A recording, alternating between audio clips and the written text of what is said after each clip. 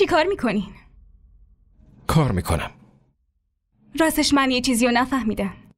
خواهر و شوهر خواهرش با چه اصراری اونو با خودشون بردن؟ پس چطور راحت گذاشتن برگرده؟ منظور چی راحت گذاشتن برگرده؟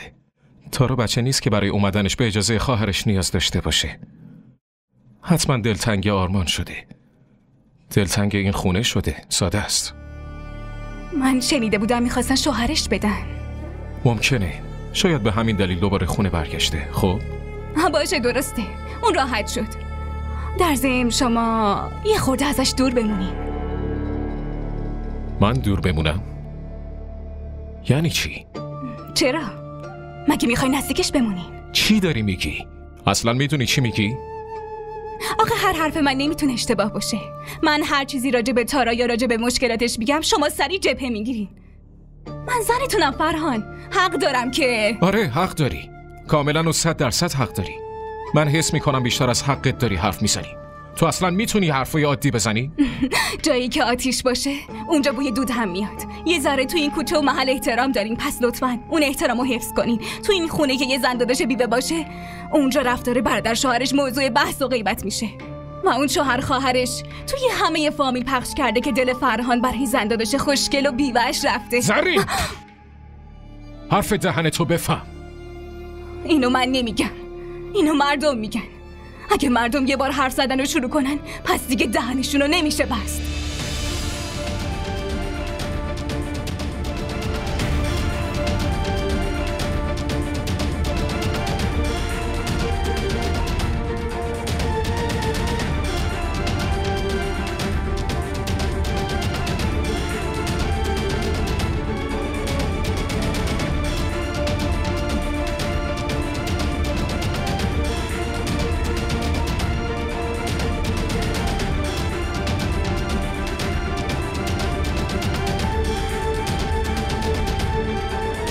نکنه دیوونه شدی زرین؟ این چه حرفیه یهو میخوای خونه‌تو ول کنی بیای؟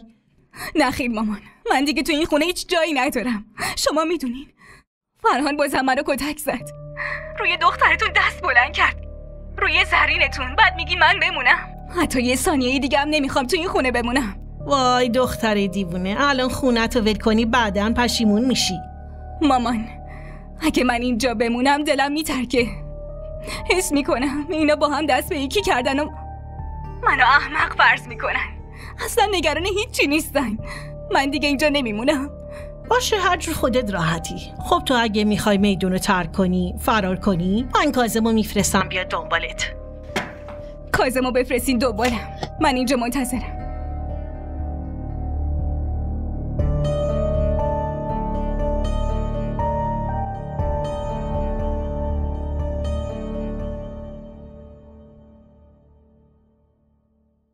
زرین با چمدونت داری کجا میری؟ خاله پسر شما به جز فراری دادن من از این خونه هیچ گزینه‌ای نذاشته. اون منو کتک میزنه، اونم به خاطر این تارا. داری دروغ میگی. به خاطر تارا دست رود بلند نکردم، بلکه به خاطر تهمتاته. چرا مثل بچه ها دارین دعوا میکنین؟ اگه این نادونه پس تو یه ذره عاقل باش. شما دوتا فقط حواستون به این تاراست. من تو این خونه اضافم. هیچ کی برای من احترام و ارزش قائل نیست. بعد این همه اتفاق تو چرا همش احساس ناامنی میکنی؟ تو به شوهرت اعتماد نداری؟ به دوست داشتنش اعتماد نداری؟ چرا هر لحظه خودت رو با تارا مقایسه میکنی دختر؟ اون بیچاره به جز یه بچه مگه چی داره؟ اون همین بچه رو داره که من هیچ وقت نمیتونم به فرهان بدم. این نقطه ضعف و نشونه گرفته و ازش سوء استفاده میکنه. این کبودم و نقطه ضعفم دونسته و میخواد شوهرم ازم بگیره.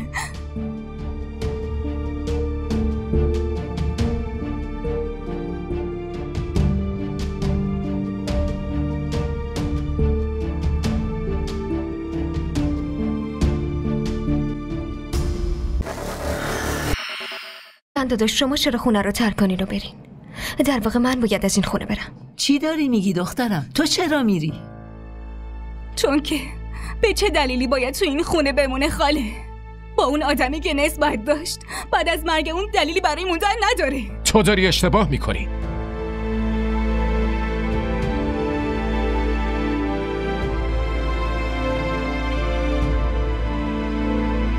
آرمان شاید مرده، اما رابطه تارا با این خونه به جای تموم شدن هر روز قوی ترم شده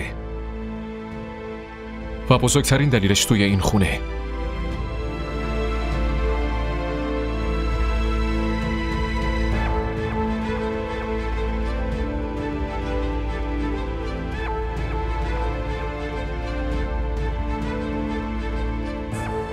بزرگترین دلیلش این بچه است. این بچه. من میدونستم. اول از همه شما این دلیل رو به روی من میارین. باشه، اگه شما برای موندن تو این خونه دلیل پیدا کردین، پس من هم برای اینجا موندن یه شرط دارم. من توی این خونه در این صورت میمونم که این زن از اینجا بره. تارا از اینجا هیچ جایی نمیره. اگه تو میخوای بری برو، ولی یه چیزی رو یادت باشه، این بار من نمیام برات گردونم.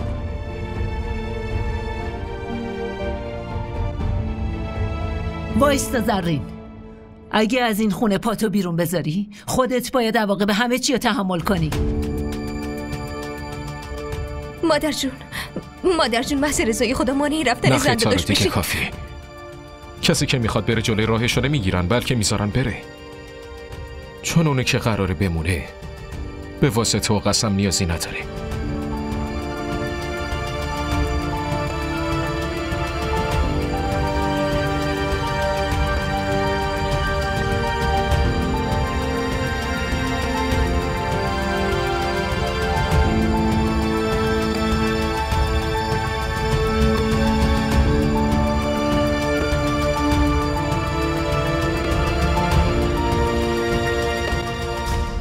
هیچ کدومشون مانع هم نشدن مامان. فرهان گفت که اونی که بخواد بره نمیشه جلوشو گرفت. کسی با زنش اینطوری حرف میزنه؟ آخه تو گذاشتی کار به اینجا بکشه، وگرنه من همه چی رو درست میکردم. تو وقتی اون زن توی اون خونه باشه هیچی درست نمیشه. دختر هر چیزی راه و روش خودشو داره. میخوای ازش خلاص بشی؟ به خاطر تو میخواستم اونو عروسم بکنم. مامان شما چتون شده؟ من چرا اومدم این وسط؟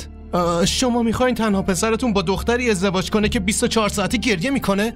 الان داری عیبشو میبینی؟ قبلا که واسه خوشگلش کشته مرده بودی.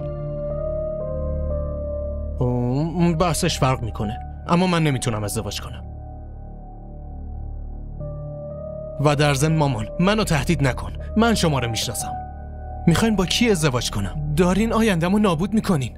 واقعا؟ آینده تو چیه؟ که با دوستات ول بچرخی؟ یا از خواهرت پول بگیری بری خوشگذرونی کنی؟ مگه نمیبینی این بیچاره چطور داره گریه میکنه؟ مامان اصلا گریه نمیکنه، بلکه داره فیلم بازی میکنه. من شما دوتا رو خوب میشناسم، دست رو احساسات من نذارین. من گولتون رو نمیخورم. اگه حمایت مالی بشم اون وقت میتونم بهش فکر کنم. تو چی میخوای؟ حداقل اونقدر پول باشه که من یه کار کاسبی برای خودم راه بندازم و یه ماشین جدید بخرم. وای خدا، چطور دهنتو باز میکنی؟ از خواهرت همچین چیزی میخوای؟ بی حیا، تو خجالت نمیکشی؟ تارا خودش گنج طلاست. با ازدواج کردن با اون هیچ ضرری نمیکنی. پول بیمه آرمان و سهمش از دارایی همشونو میتونی به دست بیاری. با ازدواج کردن با اون زندگیت عوض میشه داداشم. بهش فکر کن. اگه اینطوری باشه پس فکرامو میکنم و خبر میدم.